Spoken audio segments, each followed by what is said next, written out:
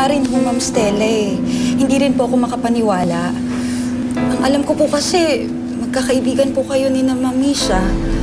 Siyempre, ayoko namang bigyan ng mali siya yung nakita ko. Inisip ko na lang na baka gano'n lang talaga sila ka-close. Na normal lang yun sa barkadahan nila. Hindi normal lang maghalikan ng magkaibigan.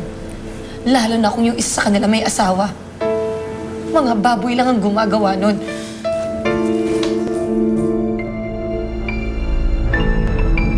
What? Si Misha at si Kevin? Hindi nga rin ako makapaniwala, Lucci. Pero sigurado yung nagsabi sa akin. At nakita pa silang naghalikan sa kotse. That's impossible. She can do that to us. Sa'yo. Kilala ko si Misha. Hindi niya magagawa yun. Alam ko. At naniniwala ako sa'yo. That's good. Baka naman kaya lang sinabi ni Rain yun para naman hindi mo talaga siya pagdudahan.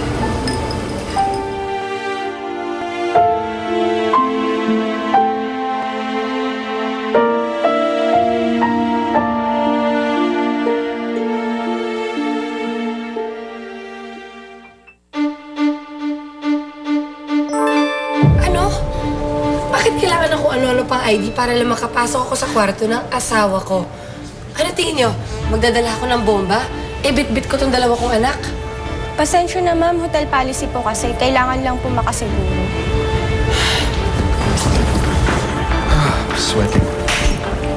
Mami, no po! Daddy, hindi na may siya? Maggie? Shelby! Hi! I missed you. Mommy, ano ginagawa niyo dito? Kevin, I think you need to spend some time with your kids.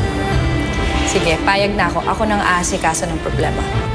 See, buti na lang dumating kayo. Kung hindi, di papayag si Tita Misha. Kiss Tita Misha. Kiss Tita Misha, come on. Okay, Daddy's free again.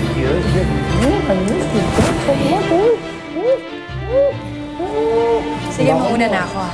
Sige. Kevin, see you.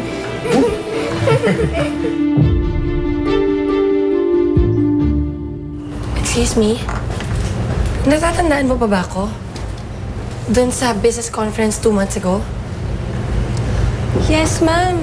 You're Mrs. Killiamore. May kasama po kayong dalawang bata noon. Ako nga. Gusto ko lang malaman, bago ko dumating, meron bang ibang Mrs. Killiamore na dumalo kay Mr. Killiamore noon? Ho, ano po kasi, marami po kasing tao nun, ma'am. Busy rin po ako nun.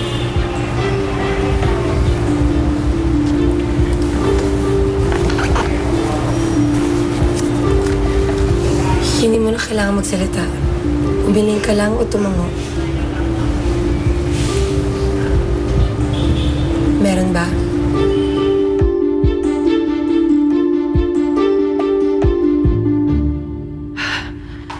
Hindi ako dapat nagkakaganito eh. Hindi tama na parusahan ko ang sarili ko dahil sa kabit ni Kevin. Stella. Stella, tama na. Tumigil ka na. Magmula ngayon, hindi ko naiisipin ang babae ni Kevin. Kung gusto na magsama, edi hayaan ko na lang sila. Maglukuhan silang dalawa.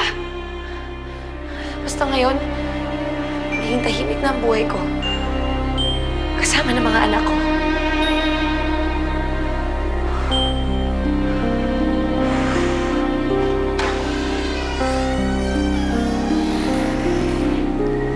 Mami? Shelby, anak. Mami, nakita ko po si Daddy umaalis. Tinatawag ko po siya, hindi naman po siya lumingon. Nananaginip ka lang. Masamang panaginip lang yun. We have no more Daddy. He's not coming back. Hindi, kabaligtaran ang nangyayari sa panaginip. Hindi mawawala ang daddy mo. Talaga po, Mami. Kasama pa rin po natin siya. Oo. Kasama pa rin natin ang daddy mo. Hindi niya tayo iiwan. Paano po pag kinuha siya ng monster? Harangan sila lahat ni Mami. Kapag Protektahan ni Mami si Daddy sa lahat ng mga monsters. Promise.